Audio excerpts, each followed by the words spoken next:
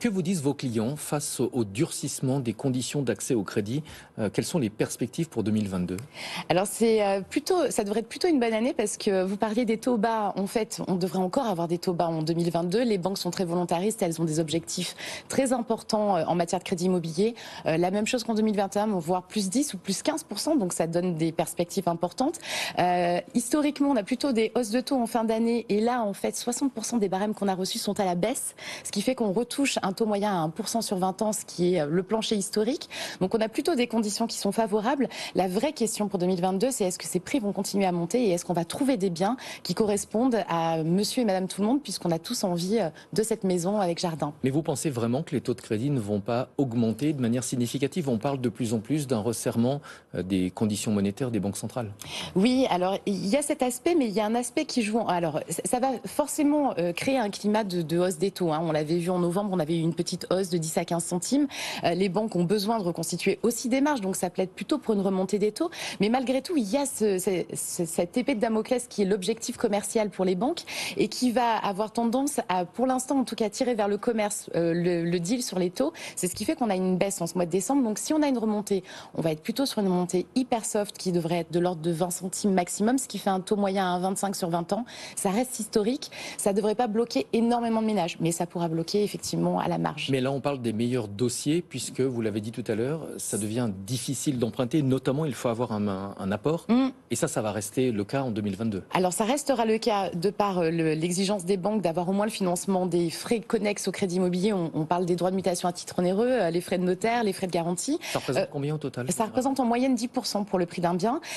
Plus, ce ne sont pas les banques qui le demandent, c'est la nécessité de pouvoir d'achat qu'on évoquait tout à l'heure. Quand le prix du bien que je convoite augmente parce qu'un 3 pièces a pris 10 ou 15%, si je veux un 3 pièces, c'est 10 ou 15%, je ne peux pas forcément les mettre en capacité d'emprunt, ça veut dire qu'il faut que je mette de l'apport. Ça va effectivement sortir un certain nombre de ménages. Mais si le sans-apport est révolu, on voit quand même que les banques font des exceptions. Si le dossier est bien monté, et c'est un message important pour vos auditeurs et vos téléspectateurs, bien préparer son projet, c'est s'assurer d'avoir un financement. Et aujourd'hui, on est à des retours de fondamentaux de marché qu'on a connus il y a quelques années ensemble. Même avec les recommandations du Haut Conseil de stabilité financière qui sont maintenant...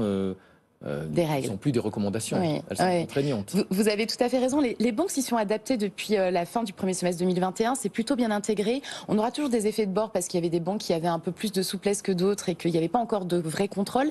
Donc ça va pouvoir jouer. Mais là aussi, si votre dossier il est bien préparé, que vous êtes en dessous des 35% de taux d'endettement, ce qui est quand même la raison, on ne va pas se mentir, sauf problème de santé qui nécessiterait une assurance emprunteur plus chère. Mais globalement, il y a des charges supplémentaires quand vous êtes propriétaire, la taxe foncière et tous les frais d'entretien du bien. Et ça justifie quand même de la raison. Sur le 25 ans, on était quand même dans une fourchette moyenne de durée de crédit. Donc, un dossier bien préparé passe en 2022.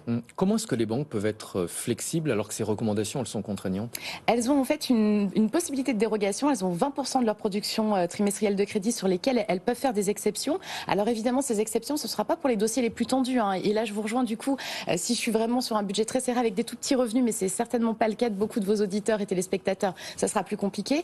La banque, elle peut faire des exceptions et elle utilisera cette enveloppe à bon escient pour les profils qui seront les mieux préparés et les plus solides. On ne prête qu'aux riches. On prête qu'à ceux qui préparent bien leur projet.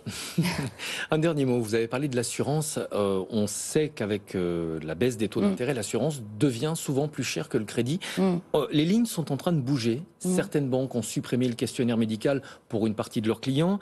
Les conditions d'annulation pour pouvoir changer d'assurance en cours de crédit sont en train de devenir plus souples.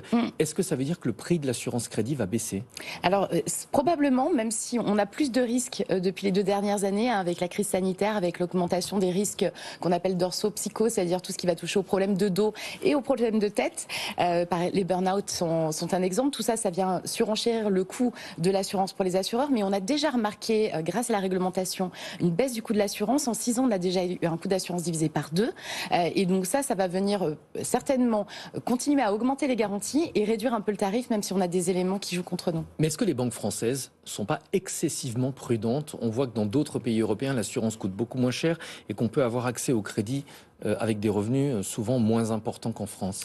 Alors j'ai envie de vous répondre, la première étape, ça serait que les prix de l'immobilier soient moins élevés et ça jouerait beaucoup sur la fluidité du marché et sur l'accès à la propriété. Les banques, effectivement, en France, elles sont plus prudentes que dans beaucoup d'autres pays. On a vu que c'était un atout, puisque quand on a eu la crise immobilière, on a été moins impacté en France et on n'a pas les mêmes problématiques. On a un taux de contentieux sur les dossiers de crédit immobilier qui est très faible. Et ça aussi, ça joue plutôt en faveur des emprunteurs. Avoir un crédit à tout prix, c'est pas forcément une bonne opération. Il vaut mieux avoir un crédit qu'on peut assumer. Quel est aujourd'hui le taux de refus? Il est moins de 2%. Donc c'est effectivement extrêmement bas. Un dernier mot sur Keris Retail. Comment est-ce que vous accompagnez les clients? Alors on les accompagne au travers de plusieurs marques en courtage en crédit, que sont Empruntis, Immopré et ACE Crédit, et aussi en matière d'assurance emprunteur avec des marques spécifiques. Cécile Roclor, porte-parole de Keris Retail, qui était notre invitée un petit peu plus tôt dans l'émission. La Bourse de Paris, on se dirige vers une séance record. 2,7% de progression, 7054 points pour l'indice CAC 40. Deux catégories de valeurs qui se distinguent très nettement aujourd'hui. D'abord les semi-conducteurs. ST Micro est toujours en tête des progressions sur le CAC, plus 5,7%. Et puis le secteur du luxe, dopé par les chiffres de la balance commerciale en Chine, chiffres qui ont été publiés ce matin. Kering gagne 5,1%. LVMH 4,5%, Hermès progresse de 3,9%. Du côté des valeurs en baisse, il n'y en a que deux actuellement sur le CAC. Danone, moins 0,7, moins 0,8 pratiquement, et Carrefour qui abandonne 0,2%. Les indices boursiers américains, là encore, la situation est positive et ça s'accélère. On gagne pratiquement 2,9% sur le Nasdaq et 1,5% pour le Dow Jones. On marque une pause et juste après, on reviendra sur ce rebond spectaculaire des marchés actions. On en parlera avec nos deux invités. Ils sont déjà en plateau. Marc Toiti, économiste, président du cabinet ACDFI, et Wilfried Galland, directeur de la stratégie chez Montpensier Finance. À tout de suite. BFM Bourse, vos placements.